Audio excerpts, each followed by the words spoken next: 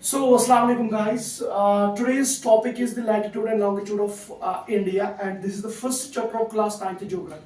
Class 9th geography का जो पहला चैप्टर है that is the latitude and longitude of India, उसके बारे में हमें डिस्कस करना है। ये जस्ट इंट्रोडक्शन होगा लैटिट्यूड एंड लॉन्गिट्यूड के बारे में, और उसके बाद हम सीरीज में चलेंगे। जो पहला चैप्टर है that is longitude and longitude latitude, उसमें मेन 4 सब टॉपिक्स है, जैसे location of India, we have to see the size of India, the neighbours of India, then India and the world.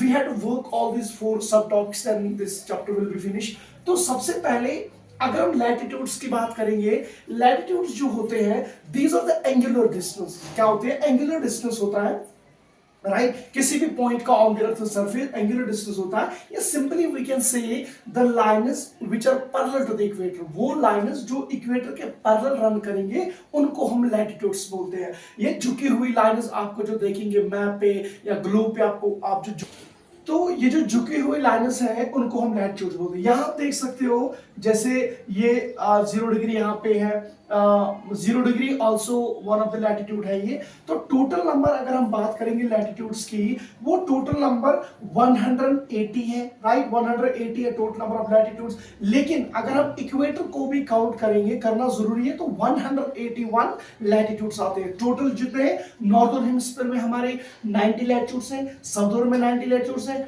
90 हो गई 180। लेकिन इक्वेटर को हम जब ऐड करेंगे तो 181 लैटिट्यूड्स आते हैं।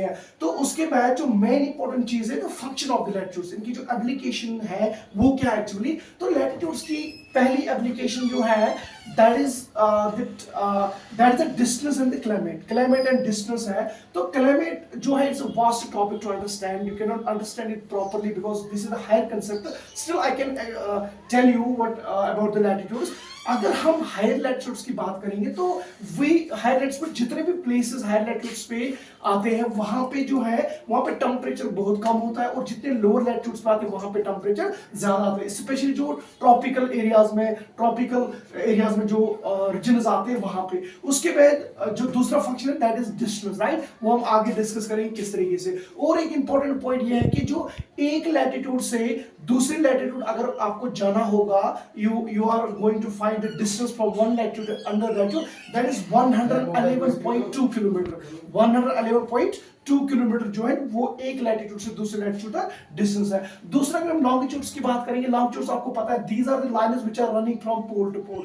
वो लाइन्स जो पोल टू पोल रन करेंगे from north pole to south, जो बिल्कुल हॉरिजॉन्टल लाइन्स होते हैं उनको हम, वर्टिकल लाइन्स होते हैं उनको हम क्या बोलते हैं?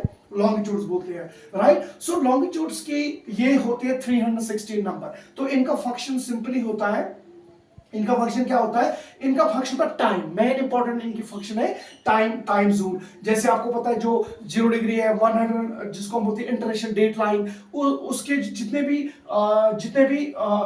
ईस्टर्न हेमिस्फीयर में जितने भी कंट्रीज हैं, जितने भी एरियाज आते हैं, उनका जो टाइम है वो आगे चल रहे हैं, वो टाइम से आगे चल रहे हैं। और जितने भी कंट्रीज या रीजन जितने भी वेस्टर्न हेमिस्फीयर में आते हैं वो पीछे है टाइम से, क्योंकि जो हमारी इंटरनेशनल डेट लाइन है वो ग्रीनविच से गुजरती है, जो कि लंदन में एक शहर है ग्रीनविच, वहां से वो गुजरता है राइट। सो इनकी भी जो डिस्टेंस है वो सेम है, 111 kilometre from one longitude to another longitude. तो होप आपको थोड़ा सा ये इंट्रोडक्शन समझ आया होगा। कल हम इंशाल्लाह विस्तार से चलेंगे।